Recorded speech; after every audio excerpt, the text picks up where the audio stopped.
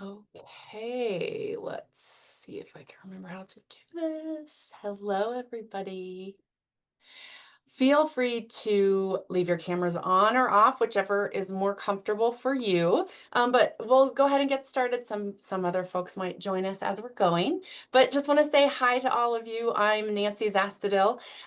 I am the owner of the publishing imprint that is working with Avital on her awesome book, In Search of Alluvium. So I'm so happy to be here today and really glad that Avital could join us. And thank you all for being here. Some of you I know, a couple of you, other new faces, so that's fun too. And we have kind of a small group, which is great because that means we actually get to answer questions and get into maybe some of the nitty gritty, maybe the nerdy parts of bookmaking, which is really fun. So I'm going to turn it over to Avital Oehler, which I just had to double check how to pronounce her name. So forgive me, Avital Oehler. But I'm going to turn it over to Avital, and I will be keeping an eye on the chat. So as you all have questions, feel free to just pop those in there, and we'll get to them after Avital and I are talking and going through some of our own questions and conversations. We'll turn it over to you all to speak directly with her as well. So, Avital, maybe what you could do is just, I mean, I definitely have questions that I've shared with you ahead of time to make sure that we talk about, but I guess let's just kick it off with that very first question, and then there's more things to go through that. But your interest in the LA River, and then, kind of the state that it's at, some personal history with that body of water and the different locations throughout LA. And then we'll get into the book aspects of things. So yeah, can you start there? And also maybe give us a little context for you as an artist so that folks that don't know you can get a feel for that as well. Absolutely. Yes. Thank you so much for being here. Um, I am a video editor, photographer, bookmaker, writer, and like a lot of Angelinos, had no idea about the Los Angeles River until 2014. I've been here since the 90s, and I actually lived right down or up the street from it and thought for my whole life until 2014 that it was the sewer, which, if you speak to a lot of Angelinos, they actually will tell you, no, no, that's not a river. That's just the sewer. Like, that's where all the trash goes. I had no idea. It really was this. There's this one area of the Los Angeles River, around the Los Feliz area, and I'm sure anybody that's like obsessed with the river or knows about it is now like, yes, I know that part. And basically, it's the most wild part of the river. There's actual trees in the middle. The water flows amazingly. There is wildlife all around.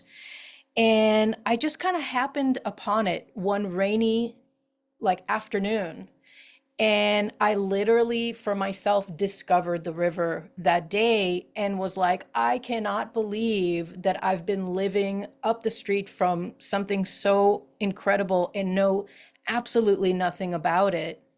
And from there started the sort of obsession of just going down there and taking trips down there, on my own, with friends, with family, whatever, but always with at least one camera in tow. After a while, it turned into a couple of cameras, my notebook, and just kind of sitting there with the river and trying to like understand our total lack of understanding of it, and just a lot of questions came up. And so I felt like, after collecting, so I was trying to look like, trying to actually tally up how many images do I have of the LA River, and I think it's like in the hundreds, might be near 1,000. And eventually I wanted to create a body of work, and that body of work turned into this particular book. And so well, first of all, like I have a picture of the LA River in my head from when I lived there, which was I don't even remember earlier than 2014. I'll just say that. But for folks on the call that may not be familiar with it, like it's definitely present in some of your images, Avital, but it's, what I remember, it's like the concrete banks of the river, right? And I remember too, like that it doesn't, when you're looking at those concrete walls, yeah, you don't think of that as a river because it looks like a trickle. And you easily could assume it was like a sewer. So when did you, or maybe I should say, what was it as you were taking photographs that then started to really, you know, formulate for you as it could be a book? Like, how did that really start together when you were looking at all those images? How did that start to form as a book for you? What an excellent question. I think it was a kind of a two-part happening at the same time. Firstly, um, the pandemic happened.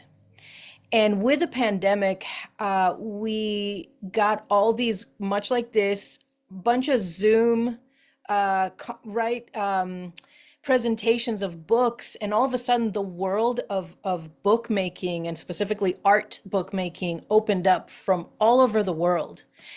And so, just that alone kind of helped me reconfigure the way that I wanted to share this project with an audience. I thought, sure, a gallery, a museum. I even experimented with cloth, putting the prints on cloth and having that hang from, the walls of some gallery. And then with COVID and everybody being stuck at home and me collecting books at the same time, I realized really to transmit information across oceans is a book. I mean, not only does it democratize the process, but it also, I don't know whether where folks are from around here, but if anybody is not in the United States, if anybody is not in LA, which Nancy, you're not in LA at the very least, now you have access to this world, through my eyes. So for me, a book was like, of course that's it. And beyond that, there's a lot of like sort of capitalistic considerations about what does that mean to hang, sort of what I would refer to as a stagnant photo on a white gallery wall versus being able to have folks wherever hold the book. And I'm kind of getting ahead of myself, and actually be able to like choose the images and all of that, and post those up on the wall as they wanted to. Um, but beyond that, super long answer. Beyond that, back to the river, which is the topic at hand. When I started going down to the river and allowing it to kind of talk to me in a way, you know, I really started to actually listen to it, and physically actually listening to it with my ears to the water, and just realize that a book form travels, a book form you can kind of flow through. And how I specifically designed it, it's maybe a little bit more flowy than other books.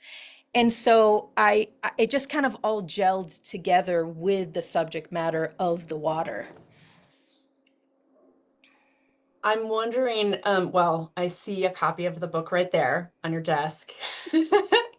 Do you want to, okay, so the one of the questions that I've gotten like on the publisher side of things, is questions about the handmade quality of the book. And I have my copy here too. But can you talk about your thinking process, like when in your mind did you decide, like, or maybe even just the first few thoughts of it becoming a handmade object, a deconstructed book, rather than going like a more conventional route of, working with a designer, a different printer, going through the binding process, and then having a book on the shelf in the expected way? Yeah, it was a long process for sure. And it wasn't an easy one, because I started with the sort of usual modes of production. And I worked with a book designer, and we thought, we talked, we sat and tried to configure the book in so many different ways. And once we configured it in a certain way, I went out and looked for the other components for production. So printers, obviously the printers. And the way that the book was originally designed, I was meeting a lot of resistance in terms of producing the book exactly the way that I wanted it. So ultimately, it came down to I can get what is that called? What is that company called that does these like books, Like mass the produced? print on demand kind of books? Yeah, Yeah. Okay. right. So Like, they have all these companies that yeah, it's a that lot of just them. kind of do this, and then you kind of fit in the photo, and then you put a little text, and there's a little intro, and there's nothing wrong with that, Yeah. except that by the time that I was done thinking about the book and about the river and how I want to, you know, bring that to the world, none of it really sat well with me. And I was like, this does not work. So I was kind of, I guess, handcuffed by the lack of creativity on the part of these other professionals to just make it on my own. And in fact, what really was the hitch for me was paper, because I kind of found a printer that was like, okay, fine, we will do it, very reluctantly, whatever, which is like also not really a kind of exciting Right. attitude, That's right? not what you want to hear, really, Not right? really. No. But when we started speaking about like, okay, cool, you can do it, great. Let's talk about paper. And they're like, well, we just have this one type of paper that we use. And it's Mhm. like, all right. So now I'm back to the drawing board. And it really was just the inability and the lack of excitement on the part of these other people that I was like, you know what? I'm just gonna figure it out. Yeah. And we should maybe clarify for folks if they aren't familiar, this is what we would qualify as a photo book, right? I mean, when you're talking about thinking about paper choices, textures, paper weight, all of that, it's really for the image, right? Like we're not so concerned with text. There is a little bit of text in the construction of the book and obviously on the title page on the cover, but you're looking at how that image and it's going to be printed and live on or sort of in that paper, right? Yes. And also how when you open the book and you just feel it, like just textually. Yeah. Oh, it feels so good. It's amazing. Like I know not if you don't have the book, you can't feel it, but it's I mean, it's almost cloth-like. Mm-hmm. It That's has this like very soft, texture to it that is just it's so pleasing to hold and to flip and to flip through, open up. it Yeah. precisely. And it took a really long time. And I wish that Brianna was here, but shout out to Brianna from Legion Paper. Yeah. If you're in the bookmaking process and you're interested in really getting into some nerdy paper stuff, Mhm. Brianna Fitzgerald at Legion Paper will literally send you samples of Yeah. and you just ask like, well, I'm looking more for like this, and what if I wanted to fold and unfold, Mhm. and she knows paper so well. Yeah. And she was the one, I think it was in one of the last packages basically, and she sent me this is called Somerset. It's a British Mhm. made paper, and it is actually a book paper. Mhm. Awesome. So Yeah. all this time, because I tried, paper for prints and paper for posters, and because of the folding, Mhm. and I Yeah. ended with actual book paper. That's beautiful. And Somerset, I mean, I'm not a printer, but a little bit of experience in the print world. And Somerset is a lithography print paper. I know there's a million different kinds of Somerset, but it just, I don't know that a lot of folks who are interested in creating a book, have thought too much about paper, but there's I don't know, millions of choices. Endless. I don't know. There's so many different kinds of paper. It's not just like printer paper that you're picking up at Home Depot. So I think that's a really important thing that you said, that you can request paper samples. I mean, it's a huge investment, right, to purchase paper and then to use it for a book. You want to make sure that the weight of the paper is right, the texture, the sort of tooth of it, the transparency, the color. I mean, there's a million different colors of white, right? If you even go with white, there might be something other, something else you have in mind. So on that note, when you were thinking about paper, like when did the idea that this sort of deconstructed format, was that right off the bat? Was that as you were talking to printers who weren't able to do or weren't willing to do exactly what you wanted? When did that come up? This design, literally this size, was the very first mock-up I made as I was thinking about this book. Mm, And the reason why I wanted this fold is because I always looked at this project as like a gift, and I actually look at books as gifts, as a mhm, way to understand and learn more about the process and the work of other artists. They're gifting you sort of like this inner world, and I thought as you unwrap and unravel the mhm, prints, it's kind of like unwrapping a gift. mhm. However, a year of working with the book designer, and we Yeah. came up with this is the original design. Oh, I haven't seen this. I can't wait. Oh, okay. Oh, All right. interesting. So Yeah. it was never bound. It was never Okay. ever meant to be bound. I don't know that I ever saw it at this scale. It's so different, isn't it? Wow.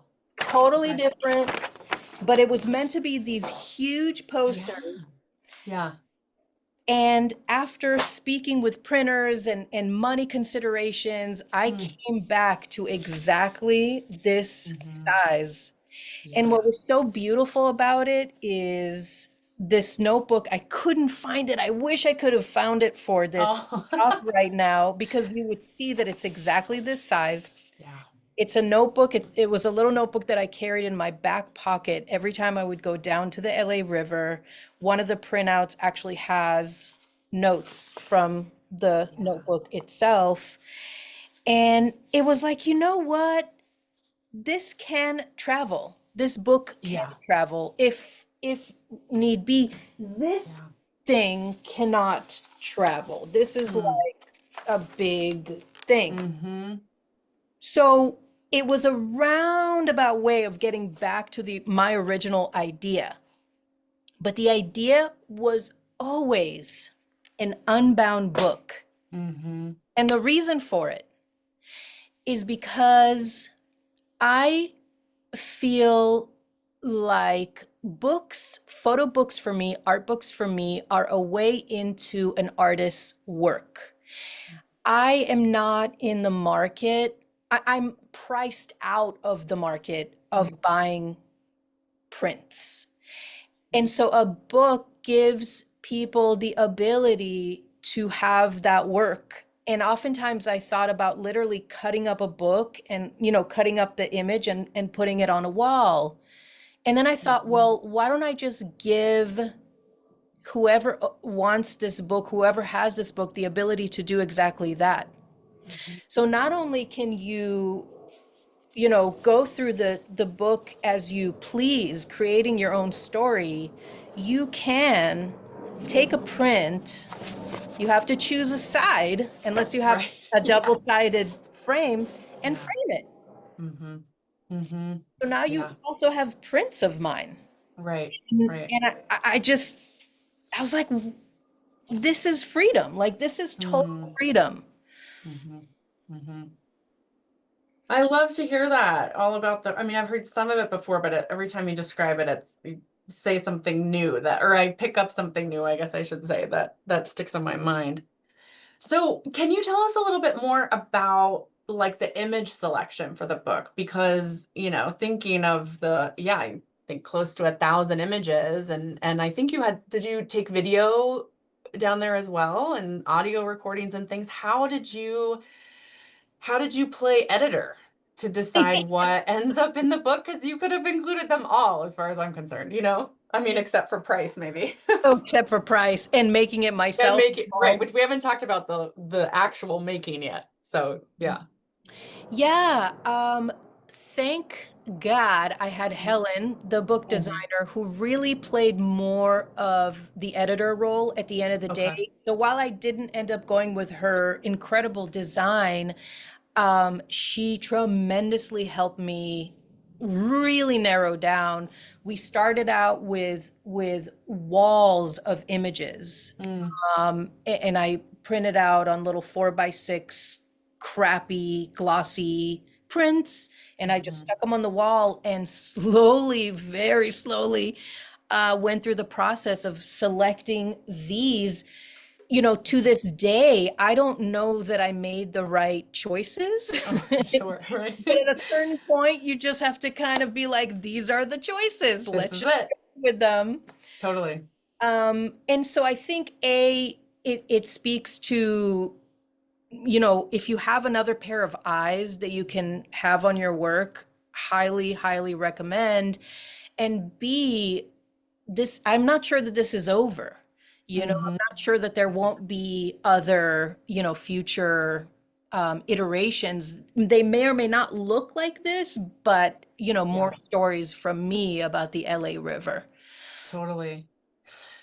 Well, let's talk about the bookmaking process and your decisions to, you know, control the means of production, basically, right? So at some point you decided that you would be doing the printing, you got the paper. Yeah, what was that process like? I've seen some images, and we did talk while you were going through that process. Life is still happening while you're trying to crank out the books and compile them. It's not just like hitting print and you're done.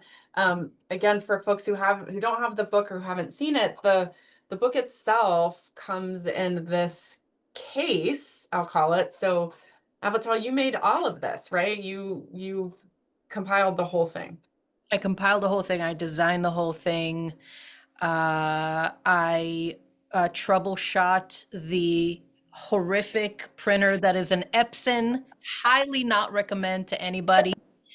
Um, Epson is not a sponsor, obviously. Just a kidding. sponsor. But at the time, Epson was the only one that was doing eco tanks, which was Mm, another consideration for the book. okay. Ink is extremely expensive, while Yeah. Canon prints beautiful prints. Mm, You will go broke printing. yeah. So I have 50 copies plus Mhm. mistakes, plus yeah, troubleshooting, blah blah Yeah. blah. Um, it's a lot of ink. It's a lot of ink. So the eco tanks were such a beautiful solution, and they look amazing actually on Hmm. paper. Also, I'll have everybody know on this call that this particular paper, the bright white of the Somerset of this weight, is no longer made. So Oh, this is, really? yeah, this is actually like totally, totally limited edition. Wow. If I make other future copies of this book, it'll be on a different Okay. shade of the Somerset. Oh, interesting. Okay. Back to your, I could really nerd out on this stuff. Um, and so at the end of the day, it really was just sitting there, printing everything out, really figuring out the process, the production Yeah. line. Yeah. Um, all ducks in a row. When I was stamping the fish at the Yeah. end on the cover, I was like, yes, this is the Was last. that the last? Was that the last move? The Was this last was move was the stamp. Oh That's my awesome. goodness. But yeah, Oh, I mean, sweet. literally, but here's the thing is that what it showed me is that you don't have to compromise on your vision. Mhm. Mhm. Yeah. No, you for some reason in this world, we have a lot of people who want to say no to things. Mhm. And for artists, I think that can be really devastating. Yeah. And I think that we really can like sort of rebel against that if we just have the time, mode, and opportunity to make it our. Totally. Absolutely. And how did you I mean, my world is so based in text. So how I mean, photo book is one thing and there typically isn't a lot, if any, text in a photo book, right? But can you talk about um the text that you did include, which is sort of like a set of loose suggestions, I'll say, not instructions, but maybe some generous suggestions of how to engage with the book. But then also I just wanted to touch on your conversation with Helen, which is represented in the book, not in text. But yeah, can you just talk to me a little bit about that balance of image and text and experience with the book? Yeah, I hear this wonderful photo editor, um, Elise. I hear her saying, "We need text in photo books. We need more text in photo books." Fair, Yeah. fair. Yeah. Maybe the next one will be that. But yeah, this one I really wanted to keep it very, very fluid and flowy. I didn't want to be overly instructive. Mhm. I didn't even really want to make like write as much as I did. Okay. But I did feel like, there should be some let's call it explanation. Okay. It's a fancy way of explaining myself of like, why are you holding this book the way that it is? Great. But I don't want to be instructive. If you're looking for guidance, I'd be more than happy to, but I don't want to like insist on that. Yeah, And totally. I also felt like for me, as I was reading different, or rather looking through all the photo books that I had, I always skip the text part. I just do. Oh, I yeah. don't. You just go straight to the images. Sometimes I just don't Yeah. care. And sometimes I don't want to know because I Hmm. want to have my own experience. Totally. I have been learning more about the role of curators and textualizing to contextualize Mm. work. Hmm. And I do have to learn a little bit more about that to be fair Mm. and be more respectful. But for this particular project, I really wanted to keep it as text free as possible. Mhm. In fact, the insertion of the notebook was, if you remember, it was a very kind of last minute decision. Yeah. And it had to do with me listening to a podcast with said photo editor. And Okay. where she's like, just put text. We need something, caption. All right, something. I will put Yeah. something. Yeah. Well, and you're reminding me that I had sent you this just side note. It is book month. It's National Book Month, everyone. If you didn't know, I didn't know. Thanks to Instagram and the Walker Art Center that let me know that. There's this great post that they did just a couple days ago, I think. And the Walker librarian of 29 years, her name was Rosemary Furtok. Hopefully, I pronounced that right. She died in 2011, but she described an artist book as a book that refuses to behave like one, which is kind of great. Like I sat with that quote for a while and I was like, is that true? Like, do I think that's true? Thinking of all these artist books and thinking of all the artist books that someone like the Walker Art Center or someplace like the Walker has in their collection. Um, and it's great to think about that. And you already kind of touched on it, like this resistance to going down the conventional path, and not compromising the ideas that you had in mind, not just your creative ideas, but like the like experiential ideas, of how you wanted to share your ideas and your experiences about the LA River with other people and how you wanted them to have an experience with your book. um I just think, yeah, and I had shared that quote with you and you were like, oh, I love that, so I think we both sort of landed on like, yeah, we agree with that perspective, that an artist book is one that refuses to behave like one. And in that way, I wonder if you can just talk to us a little bit more about how you see this book going out into the world. Like we have been working together on some book sales and, getting it into get different hands. But C4 Journal had posted a review about it, which we were really excited about.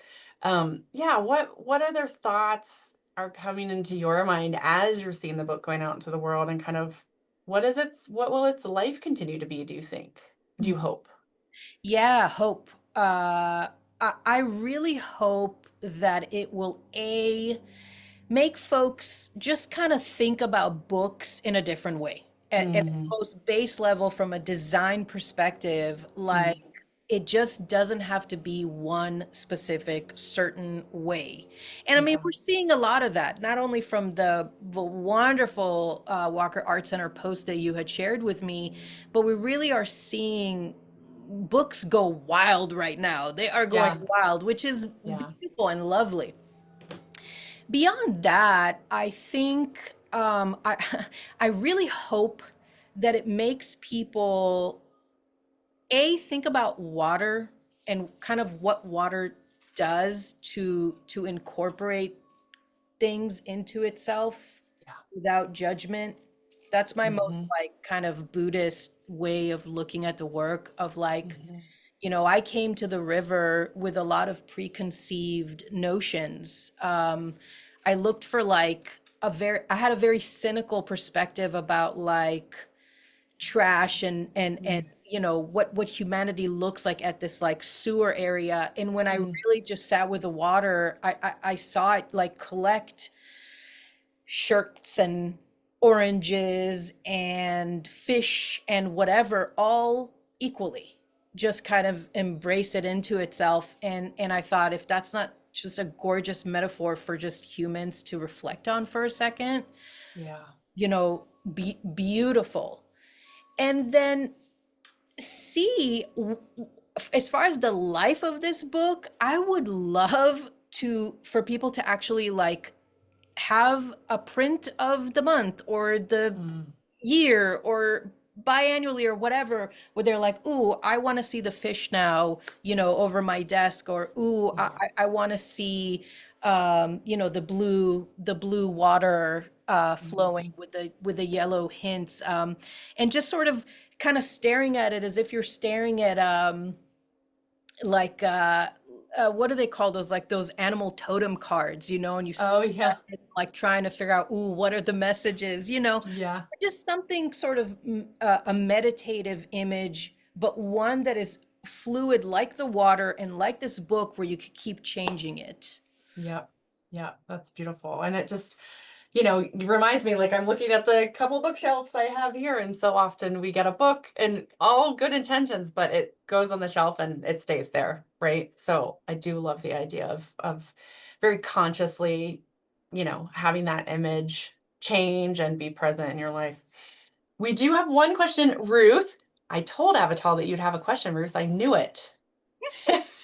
Ruth's question is, can you talk a bit about the title? Can you tell us more about that title? Yeah, absolutely. Wow, wow, wow.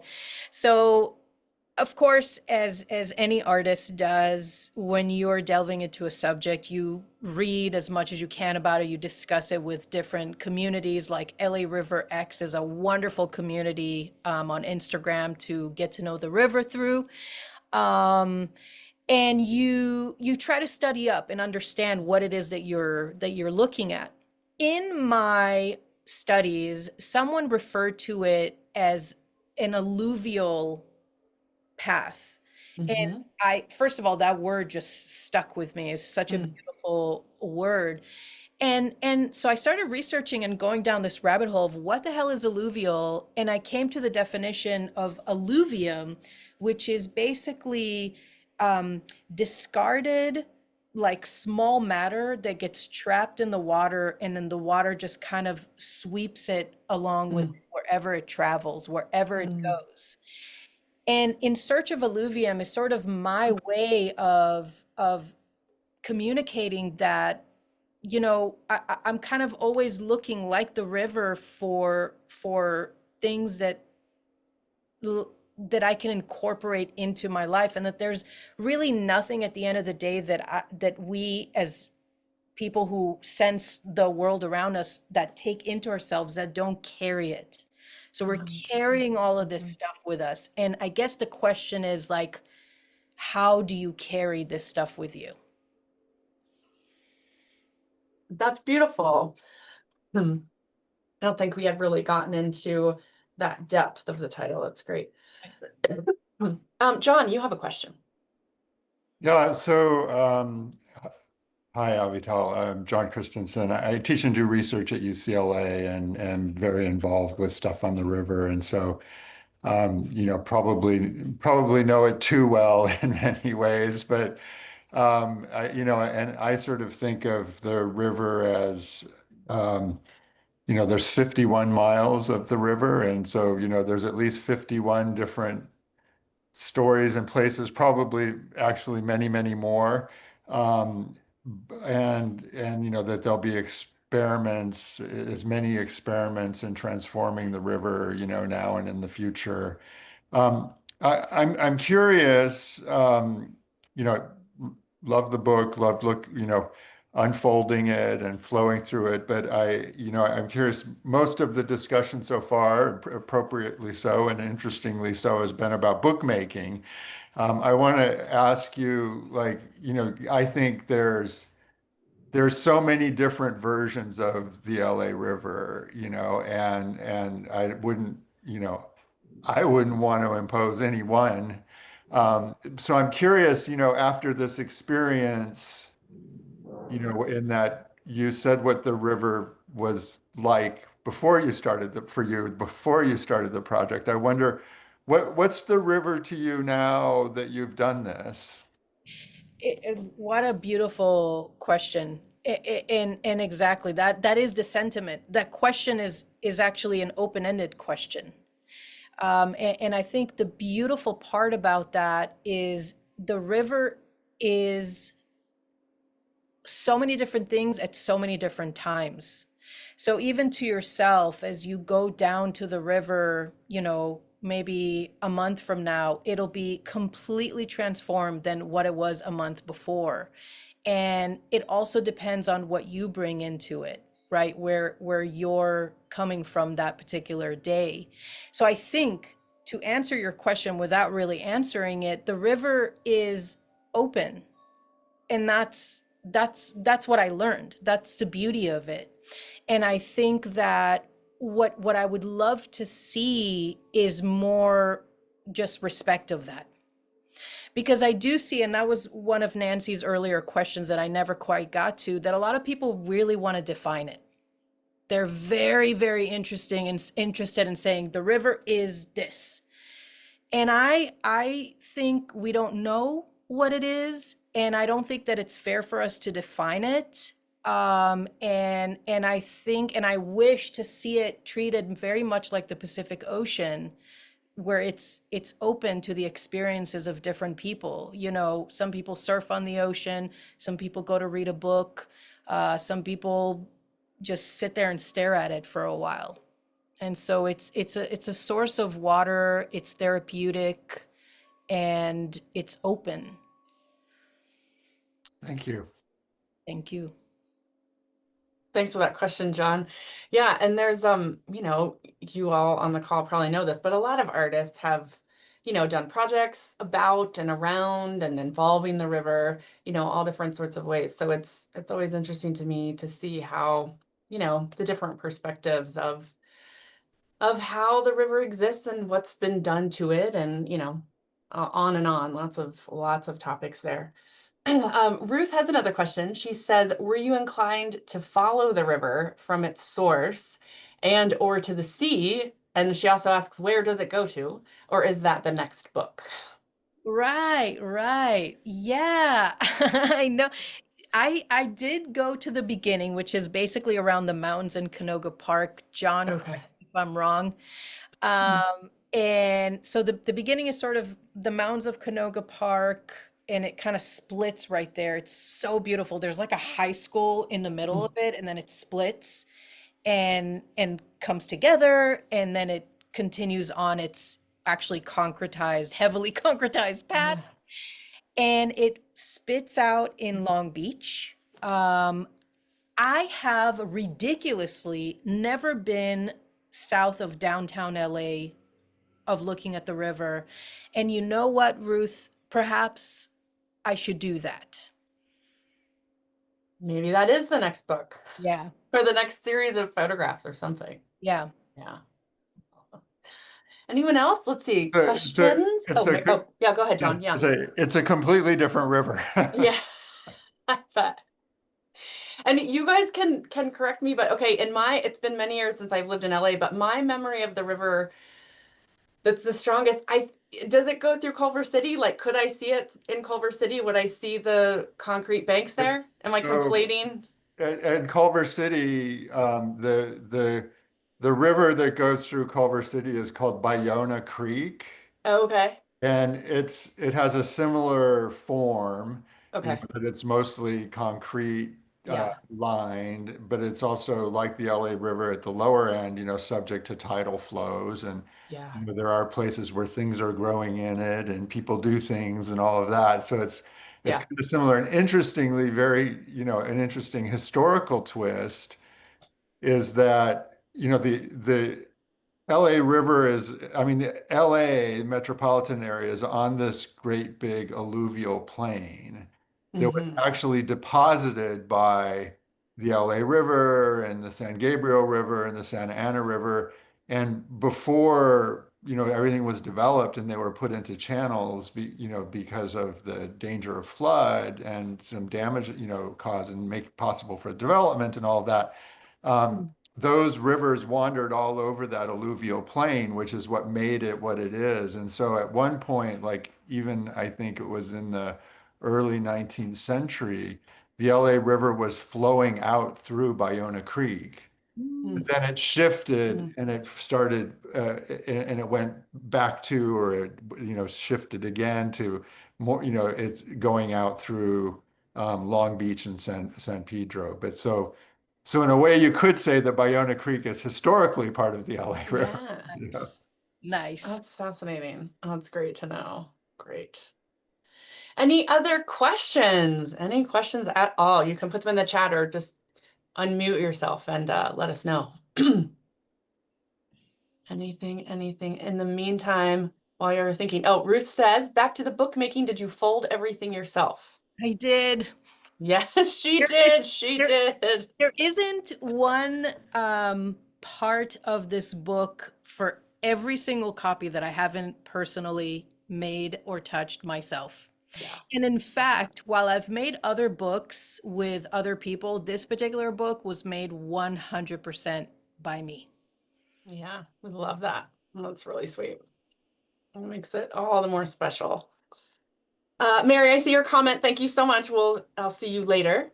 And just so you all know, let's see, we do have finally a proper website for the press. So I'm putting this in the chat, encobooks.com.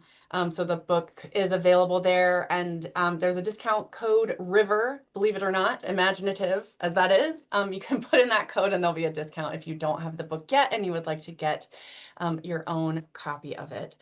But yeah, I don't want to keep folks too long, but we're here. I have about 10 more minutes till top of the hour, but any other questions, feel free to let us know. No question is too small or too nerdy or No, too big. not. Let's see. Ruth says another question. What have you done with Nancy? What is that collaboration? Okay, do you want to talk a little bit about how we decided to work together? I think I'd love to hear from you. So I didn't give, I'm bad at introductions, so I'll give you all just quickly a little bit of context about and Co Books. So it stands for The Necessarian and Company. My business is called The Necessarian, and I've been working with artists over the last, I don't know how many years at this point on their monographs, whether in the sort of project management side or the editorial side, sometimes on the marketing side. But I launched the Necessarian and Company in 2024, I guess last year.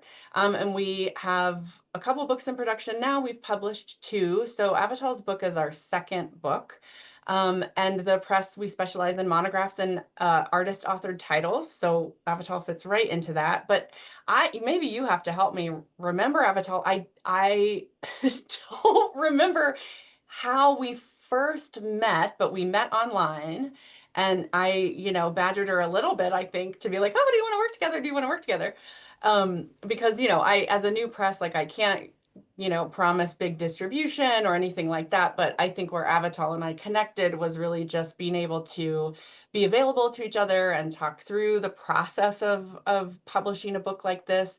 Some of you on the call probably assume that you don't need to work with a publisher in order to make an artist book or especially a handmade book. You don't kind of have to go through those more conventional channels of having it published. It can definitely be, within the self-published realm. But yeah, Avital, do you remember how we connected initially? Yeah, I don't remember. I think it was through one of your master classes. Oh, okay. Oh, yeah.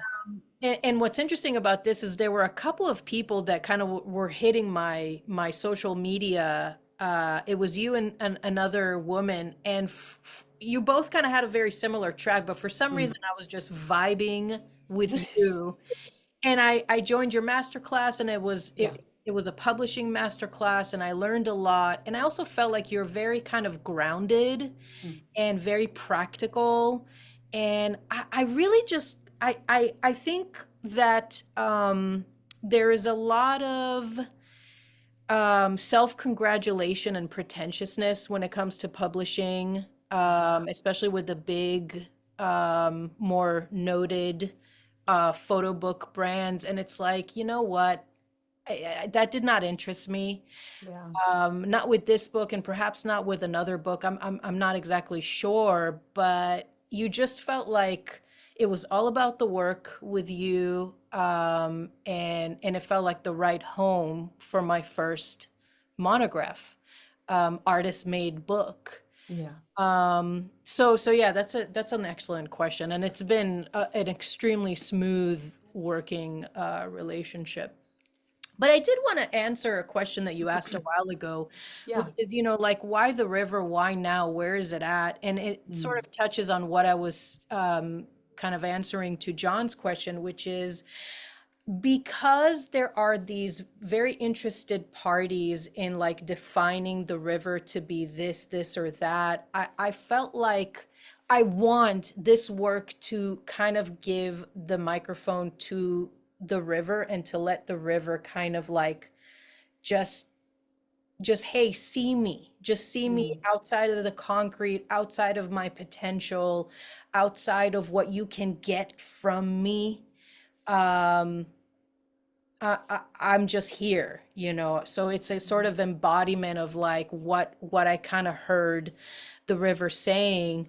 There is a large community of houseless folk who live off the river. There are people who want to rewild it for environmental reasons. There are folks who want to rewild it for recreational Mm. reasons. And there's a whole lot of homeowners who really just kind of want it to go away. Um, Yeah. and so I just felt like this work tries, and I can't suggest whether it's succeeding or not, but at the very least tries to have the sort of visual voice of the river just Mm. be heard on a very granular level. By the way, that Mm. fish was this small. Mm. I had to like Wow. really go down with my camera, and I blew it up, and Yeah. the first iteration, the fish is this big, Yeah. but that fish was tiny, tiny, Oh, tiny. teeny, teeny. Yeah. Smaller than what it is on the cover? Do you think? Oh, It's yeah. Okay. practically almost that size. Okay. Okay. Oh, that's nice. That's great. Well, thank you so much, Avital, and everyone that's on this call. Last chance for questions or comments if you have them. Yeah, thanks so much to all of you for showing up. It's always fun to just join together and talk about a project. I appreciate all the questions and all your time and work, Avital. It's great. So feel free to be in touch, you guys.